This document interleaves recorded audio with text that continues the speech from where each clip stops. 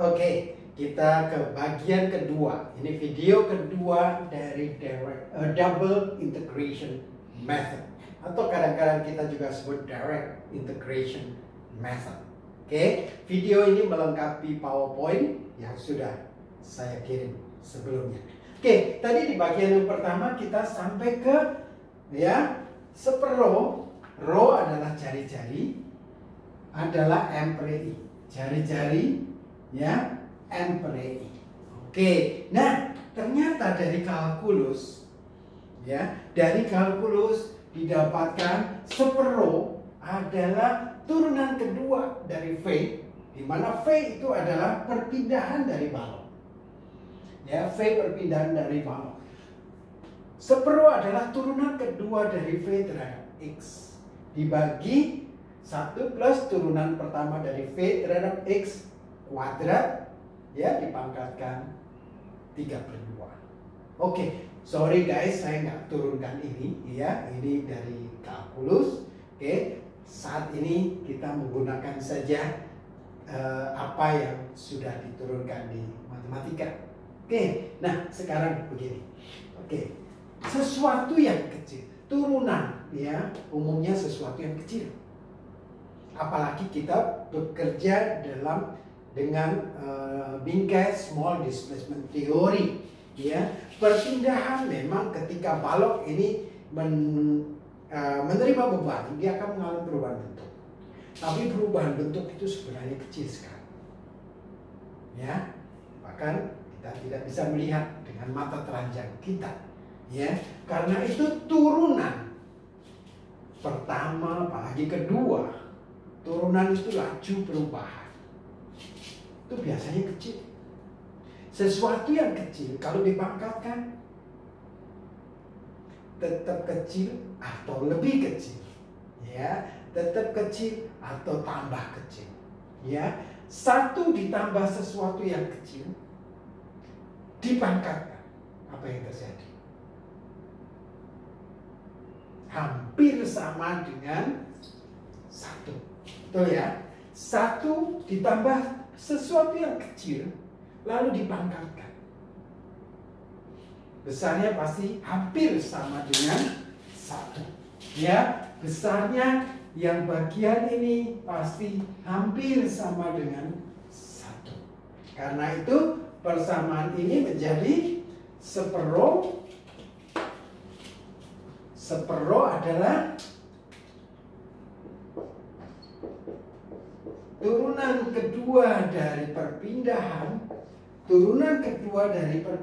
lendutan balok terhadap X.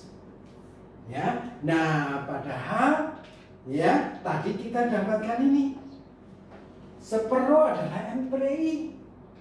Nah, akhirnya kita dapat apa? M per I itu sama dengan perpindahan, turunan kedua dari perpindahan terhadap X. Nah, V ini kadang-kadang juga V X kadang-kadang juga dipakai Y. Kadang-kadang sebagian buku juga senang pakai Y, bukan V. Oke, misalnya saya pakai Y sebagai penurunan. Y sebagai penurunan berarti apa? Turunan kedua dari perpindahan itu sama dengan M dibagi E. Wah, ini bentuknya sederhana. Turunan kedua dari Y, perpindahan, ini yang kita mau cari tuh Y, perpindahan balok terhadap X itu M per I. Yang kita mau cari itu ini perpindahannya. Jadi apa harus kita lakukan? Perpindahan kedua dari Y terhadap X adalah M per I. M kan gampang. Dari statika kalian sudah belajar menentukan M, momen, persamaan momen dalam X. Oke, kalau saya mau cari Y, apa yang harus saya lakukan? Saya harus integralkan 2 kali. Saya harus integralkan 2 kali. Oke, saya hapus saja ini dulu. Ya, saya sekarang double integration method ini. Nah, ini yang perlu diingat. Tapi sangat sederhana. Oke, kalau ini saya integralkan sekali menjadi apa? Saya integralkan menjadi dy dx menjadi n per i ya ditambah c1. Ya, saya integralkan sekali lagi karena saya mau cari y-nya. Menjadi ini ditegralkan sekali lagi m per i dx plus c1x plus c2. Gitu aja toh. Nanti saya dapat y. Ini y yang kita mau cari. Ya. Nah, persoalannya ada C1 dan C2 konstan. Dari mana kita bisa menentukan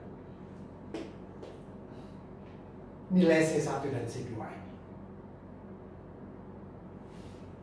Nah, baca ya PowerPoint-nya atau di textbook-nya di Hibbeler Mechanics of Material bab 12.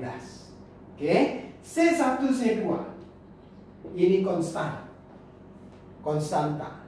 Kita bisa menyelesaikan ini melalui boundary condition. Ya, kondisi batas. Kondisi yang sudah kita ketahui sebelumnya. Gampang, ya. Gini, misalnya saya punya balok seperti ini. Ya, ini X-nya. Ini X-nya. X-nya, panjangnya ini L. Misalnya. Ya, apa yang kita ketahui di titik A dan B misalnya. A sendi, B roll. Sendi, apa yang kita tahu dari sendi? Berhubungan dengan perpindahannya, perubahan bentuknya. Ya, di sini titik A apa? Ketika X sama dengan 0, apa sih yang saya ketahui dari titik A? Sendi. Bisa enggak sendi itu ada tidak perpindahan di sendi, perpindahan vertikal? Tidak ada. Ya, betul. Perpindahan vertikal di sendi sama dengan perpindahan vertikal di sendi sama dengan 0. Ya, sendi tidak bisa mengalami perpindahan vertikal. Ini. Ada lagi yang kita ketahui. Oh, oke. Bagaimana rotasinya? Rotasinya kita tidak tahu. Ya, rotasinya kita tidak tahu. dy dx-nya tidak sama dengan 0. Ya, rotasi sama dengan kemiringan, ya. Turunan pertama dy dx tidak sama dengan 0. Ya, ini kondisi batas pertama yang kita punya. Di titik X sama dengan 0 karena dia sendi, Y-nya sama dengan 0. Nah, bagaimana di titik B? Di titik B ini roller. Ya. Ini X-nya sama dengan L. Apa yang terjadi yang kita ketahui di titik B? Perpindahannya. Y-nya juga sama dengan 0. Y-nya sama dengan 0. Jadi ketika X sama dengan L, Y-nya sama dengan 0. Ada lagi sebenarnya yang kita ketahui enggak? Rotasinya ada enggak? Kita enggak tahu. Kenapa enggak tahu? Karena roll memang bebas berrotasi. dy dx-nya tidak sama dengan 0. Kita enggak tahu. Ya, yang kita tahu hanya ini. Nah, satu lagi. Ya, boundary condition. Kalau jepit gimana? Titik A jepit misalnya. Ini X-nya dari sini. Ya, berarti di titik A itu X-nya sama dengan 0 kalau menjepit. Apa yang kita tahu di A? Perpindahannya sama dengan 0. Perpindahannya sama dengan 0. Apalagi bisa berotasi enggak? Pinter. Di titik X sama dengan 0, di titik A, dy dx atau rotasi atau kemiringannya sama dengan 0. Oke, ada dua persamaan. Sorry, saya salah. Ada dua bilangan tak diketahui yang mau diselesaikan C1, C2. Kita butuh dua persamaan. Kita butuh dua boundary condition. Kita butuh dua syarat batas.